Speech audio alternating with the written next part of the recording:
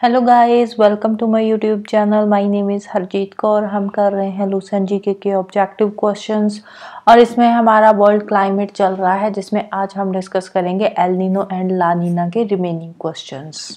El Nino ला Neena concept क्या है ये मैं लास्ट वीडियो में आपको अच्छे से समझा चुकी हूँ। इसके हमने कल आई थिंक 15 क्वेश्चंस डिस्कस किए थे, तो उसके आगे हम आज कंटिन्यू करेंगे। एल नीनो ला नीना कॉन्सेप्ट क्या है अगर आपने समझना है तो आप मेरी लास्ट वाली वीडियो देखना, राइट। तो शुरू करते हैं आज के क्वेश्चन नंबर 1 से, और एल नीनो ला नीना का ये है क्वेश्चन नंबर 16। असर्शन की स्टेटमेंट है। असर्शन में क्या दे रखा है? El Nino which affects wind and rainfall pattern has been blamed for droughts and floods in countries around the Pacific rim. Pacific rim countries कौन कौन सी है, एक बार इसको देख लेते हैं। अब देखो, एल नीनो ला नीना ये है नॉर्थ अमेरिका वाला रीजन, ये ऊपर वाला आ गया, नीचे वाला आ गया साउथ अमेरिका वाला, और साउथ अमेरिका में यहाँ पे आ जाता है एक्वाडोर एंड पेरू कंट्रीज, और यहाँ से स्टार्टिंग होती है हमारा एल नीनो की। ठीक है, एल नीनो या ला नीना जो भी है इफेक्ट है, उसकी शुरुआत कहाँ से होती है?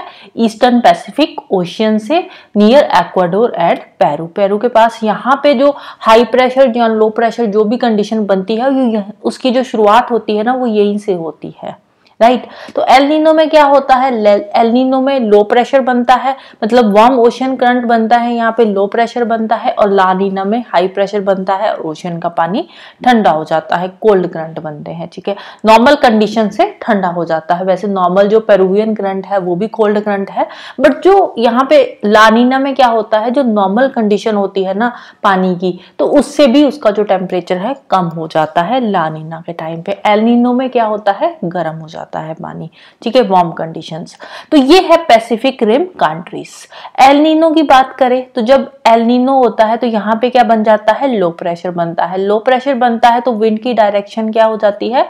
ईस्टर्न पैसिफिक की तरफ, वेस्ट से ईस्ट की तरफ। तो उस टाइम पे क्या होता है? पेरू एक्वाडोर, यहाँ पे क्या है? बहुत सारे फ्लड्स आते हैं। ठीक है, खूब पानी बरसता है, फ्लड्स आते हैं। और दूसरी तरफ अगर हम बात करें वेस्ट की, ठीक है, वेस्ट वाली साइड पे यहाँ पे क्या होता है? ड्रॉट की कंडीशन बन जाती है। स्पेशली ऑस्ट्रेलिया में क्या है? भयंकर ड्रॉट्स आते हैं उस टाइम पे एल नीनो ईयर में, राइट। तो जो फर्स्ट वाली असर्शन की स्टेटमेंट है बिल्कुल सही स्टेटमेंट है। रीजन में क्या दे रखा है? El Nino refers to the irregular warming of surface water in the Pacific. तो एल नीनो में क्या होता है? इररेगुलर वार्मिंग ही होती है सरफेस वाटर की। तो रीजन वाली स्टेटमेंट भी सही है, दोनों स्टेटमेंट्स इंडिविजुअली ट्रू है यहाँ पे। Next assertion, apart from large scale climatic aberrations in the tropics, El Nino has a disastrous consequence on the fishing industry of Peru. अब देखो, एल नीनो के टाइम पे ओशन का पानी क्या होता है? वार्म होता है। जब वार्म होता है तो उसका एडवर्स इफेक्ट पड़ता है फिशिंग इंडस्ट्री पे। और इसका उल्टा जब ला नीनो कंडीशन होती है तो ला नीनो के टाइम पे वाटर की अपवेलिंग होती है। अपवेलिंग होती है तो जो न्यूट्रिएंट्स है वो ऊपर आ जाते हैं, और वो फिशिंग के लिए सबसे बेस्ट ग्राउंड बन जाता है जब होती है ला नीना की कंडीशन। बट एल नीनो के टाइम पे फिशिंग इंडस्ट्री को बहुत सारा नुकसान होता है, स्पेशली पेरू में। ठीक है, ला नीना के टाइम पे बेस्ट रहता है, फिशिंग इंडस्ट्री अच्छी चलती है। तो फर्स्ट वाली स्टेटमेंट सही है। Reason, El Nino leads to massive displacement of rainfall, bringing droughts over large parts of normal raining areas and torrential rain through arid regions of tropics. अब देखो, जो रीजन वाली स्टेटमेंट्स है ना, ये इंडिविजुअली ट्रू है, बट असर्शन का ये रीजन नहीं है। इसमें इन्होंने एल नीनो की ही एक कंडीशन दे रखी है कि एल नीनो में क्या होता है, जहाँ पे नॉर्मल कंडीशंस में ड्रॉट्स होते हैं वहां पे भारी बारिश होती है, लेकिन जहाँ पे बारिश होती है वहां पे क्या है? ड्रॉट्स जैसी कंडीशन आ जाती है। फॉर एग्जाम्पल ऑस्ट्रेलिया की बात करें, या हमारे जो एशियन कंट्रीज है, साउथ वेस्ट एशियन कंट्रीज है, वहाँ पे इंडिया की ही बात कर ले तो यहाँ पे बारिश बहुत कम होती है, तो यहाँ पे ड्रॉट जैसी कंडीशन आ जाती है। और दूसरी साइड पेरू एक्वाडोर में वहाँ पे भर भर के बारिश होती है, खूब पानी बरसता है और फ्लड्स आ जाते हैं। तो रीजन वाली स्टेटमेंट भी इंडिविजुअली ट्रू है, तो ऑप्शन बी आ जाएगा इसका answer. Next, El Nino is, El Nino क्या है? एल नीनो एक वार्म ओशन करंट है जो कि कहाँ पे होता है? पैसिफिक ओशन में, flowing near the coast of Peru. तो लास्ट वीडियो में मैं आपको अच्छे से ये डिस्क्राइब कर चुकी हूँ कि एल नीनो की जो शुरुआत है कहाँ से होती है और कैसे इसका इफेक्ट पेरू पे पड़ता है और क्या इफेक्ट इसका इंडियन मानसून पे पड़ता है। लास्ट वीडियो में हम डिटेल में डिस्कस कर चुके हैं, इसीलिए यहाँ पे मैं फटाफट से आगे आगे क्वेश्चंस आपको करवा रही हूँ, right. Next, La Nina which comes after El Nino affects the Pacific ocean by. अब देखो, पहले एल नीना की कंडीशन बनती है, उसके बाद ला नीना आता है। और ला नीना में क्या होता है, एल नीनो में ओशन क्या था, वार्म होता है। ला नीना में क्या होता है, ठंडा हो जाता है, cooling it. Next, the El Nino which influenced the Indian monsoon is. El Nino क्या है, वार्म ओशन करंट है that flows westward along the coast of Ecuador and Peru. तो ऑप्शन बी आ जाएगा इसका answer. Which of the following conditions are associated with El Nino phenomena. तो El Nino के time पे क्या होता है, heavy rains in South America and droughts in Australia. अब देखो, एल नीनो के टाइम पे जो साउथ अमेरिका है वहां पे क्या बनता है, लो प्रेशर कंडीशन बनती है। तो लो प्रेशर कंडीशन बनेगी तो वहां पे क्या होगी, हैवी रेन्स, ठंडी हवाएं वहां पे चलेगी towards the west coast of Pacific ocean, ठीक है, सॉरी वेस्ट नहीं, east coast of Pacific ocean.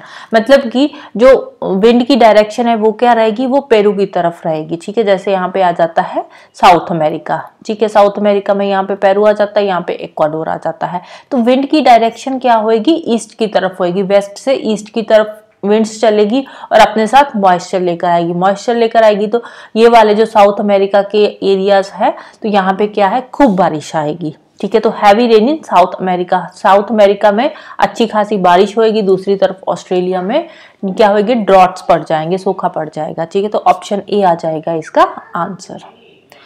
Next, the first research project program which focused on El Nino Southern Oscillation and its predictability was called। अब ये research project programme के बारे में बताना है, तो ये कौन सा प्रोग्राम है, फैक्ट बेस्ड क्वेश्चन है, तो ये प्रोग्राम है क्लाइमेट वेरिएबिलिटी एंड प्रेडिक्टेबिलिटी। तो ऑप्शन ए आ जाएगा इसका answer. Next, tsunamis are produced by. Tsunami कब आती है, जब ओशन में अर्थक्वेक आता है। ओशन में अर्थक्वेक आता है तो पानी में जो ओशन का पानी होता है उसमें वेव्स जनरेट होती है, जिसको बोलते हैं सुनामीज। तो सुनामी क्या है, सबमरीन अर्थक्वेक। ऑप्शन सी आ जाएगा answer. Next, which one of the following statements regarding L Nino is not true. L Nino के रिगार्डिंग स्टेटमेंट्स है, 3 स्टेटमेंट सही है, 1 स्टेटमेंट गलत है, वो हमने बताना है। फर्स्ट क्या है, it is an extension of equatorial current towards the west coast of South America. तो फर्स्ट वाली स्टेटमेंट सही है। सेकंड क्या है, it is an occasional warm current leading to an increase of 10 degree Celsius in surface water temperature. Warm current है, surface temperature increase होता है, ये भी सही है।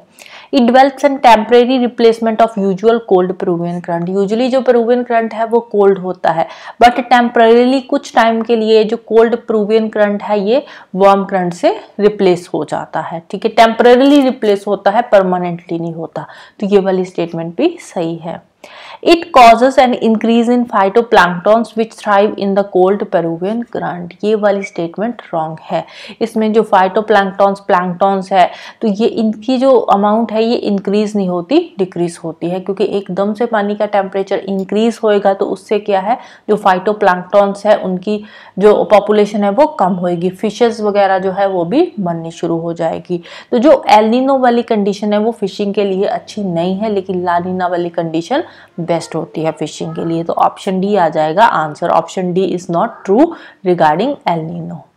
Next, El Nino effect is closely associated with. El Nino effect किसको effect करता है, इक्वेटोरियल काउंटर करंट को इफेक्ट करता है। Next, La Nina is suspected to have caused recent floods in Australia. How is La Nina different from El Nino? अब देखो, ये थोड़ा पुराना क्वेश्चन है, 2000 आई थिंक 11 में पूछा गया था ये IAS में क्वेश्चन। तो उस टाइम पे शायद ला नीना की जो कंडीशन थी वो उस टाइम पे रही होएगी वहां पे, तो इसलिए। बट जो मेन क्वेश्चन है उसमें इन्होंने क्या पूछा गया है, डिफरेंस पूछा है कि ला नीना और एल नीनो एक दूसरे से डिफरेंट कैसे है। मेन क्वेश्चन हमारा ये है, ठीक है। तो अब देखते हैं क्या डिफरेंस है। La Nina is characterized by unusually cold ocean temperature in equatorial Indian ocean. अब देखो, ला नीना में कोल्ड ओशन टेम्परेचर तो होता है, पानी ठंडा हो जाता है, लेकिन इंडियन ओशन में नहीं होता, ईस्टर्न पैसिफिक ओशन का पानी ठंडा होता है, ठीक है, तो इसीलिए जो फर्स्ट वाली स्टेटमेंट है ये क्या है, रॉन्ग स्टेटमेंट है। Second, El Nino has adverse effect on south west monsoon of India but La Nina has no effect on monsoon climate. El Nino का एडवर्स इफेक्ट पड़ता है क्योंकि जब एल नीनो ईयर होता है तो उस टाइम पे इंडिया की जो मानसून है वो अच्छी नहीं होती, मानसून के टाइम पे ज्यादा बारिशें नहीं होती। दूसरी तरफ जब ला नीना इफेक्ट होता है तो उस टाइम पे इंडिया की मानसून अच्छी होती है, इंडिया के मानसून के टाइम पे खूब बारिशें होती है, या आप ये बोल सकते हो कि इंडिया के मानसून क्लाइमेट पे कोई ज्यादा इफेक्ट नहीं पड़ता। ठीक है, तो जो सेकंड वाली स्टेटमेंट है वो बिल्कुल राइट स्टेटमेंट है, तो आंसर आ जाएगा option B two only. Next, the 2004 tsunami made people realize that mangroves can serve as a reliable safety hedge against coastal calamities. How do mangroves function as a safety hedge? अब mangroves होते कहाँ पे है, mangroves होते हैं ocean के पास, जो marshy areas होते हैं। अब होता क्या है, यहाँ पे है ओशियन, ठीक है, और यहाँ पे है ह्यूमन सेटलमेंट, ठीक है, यहाँ पे ओशियन है और यहाँ पे है ह्यूमन सेटलमेंट, और इन दोनों के बीच में आ जाते हैं मैंग्रोव फॉरेस्ट। ठीक है, अब ये जो मैंग्रोव फॉरेस्ट है यहाँ पे कोई भी पॉपुलेशन नहीं होती, कोई लोग नहीं रहते। तो अब होता क्या है, अगर ओशन में कोई साइक्लोन्स वगैरह आते हैं या कोई भी हरिकेन आता है तो उससे क्या है, वो उसका जो सबसे ज्यादा इफेक्ट पड़ता है वो कहाँ पे पड़ता है, ये जो मैंग्रोव इकोसिस्टम है यहीं को पे ये ज्यादा इफेक्ट पड़ता है, इसका ज्यादा ये बैडली इसको अफेक्ट हिट करता है, ये जो मैंग्रोव वाली जगह है। ह्यूमन सेटलमेंट इससे थोड़ी दूर हो जाती है, तो इसीलिए ह्यूमन सेटलमेंट जो है वो इतनी ज्यादा अफेक्ट नहीं होती, इसीलिए जो मैंग्रोव्स हो वो एज ए सेफ्टी हेज हमारे लिए काम करते हैं, राइट। तो देखते हैं अब इसकी स्टेटमेंट्स। फर्स्ट क्या है, the mangrove swamp separate the human settlements from sea by a wide zone in which people neither live nor venture out. तो फर्स्ट वाली स्टेटमेंट ही हमारा आंसर आ जाएगा। मैंग्रोव्स क्या है, ह्यूमन सेटलमेंट और ओशन दोनों के बीच में एक वाइड जोन आ जाती है जहां पे ना तो कोई रहता है ना ही कोई एक्टिविटीज होती है, राइट। तो इसीलिए mangrove as a safety hedge हमारे लिए काम करते हैं। नेक्स्ट लास्ट क्वेश्चन है आज का, El Nino associated with formation of south west monsoon of India is. El Nino में क्या होता है, एन अबनॉर्मली वार्म ओशियन करंट। तो अबनॉर्मली ओशियन का पानी एकदम से गर्म हो जाता है, नॉर्मल से गर्म हो जाता है, पीरियोडिक नहीं होता, इसमें कोई भी पीरियोडिक चेंज नहीं होती एल नीनो के टाइम पे, अब नॉर्मली होता है। यूजुअली 2-4 साल बाद या 5 साल बाद ये एल नीनो इफेक्ट देखने को मिलता है, पीरियोडिक नहीं, ऐसे नहीं है कि हर साल होगा या हर 6 महीने बाद आएगा एल नीनो, ये अब नॉर्मल कंडीशन है, राइट। तो ऑप्शन ए आ जाएगा answer, right. So this is all about today. तो जाने से पहले वीडियो को लाइक कर देना, शेयर कर देना और चैनल को सब्सक्राइब कर लेना। Thank you, bye bye and have a nice day.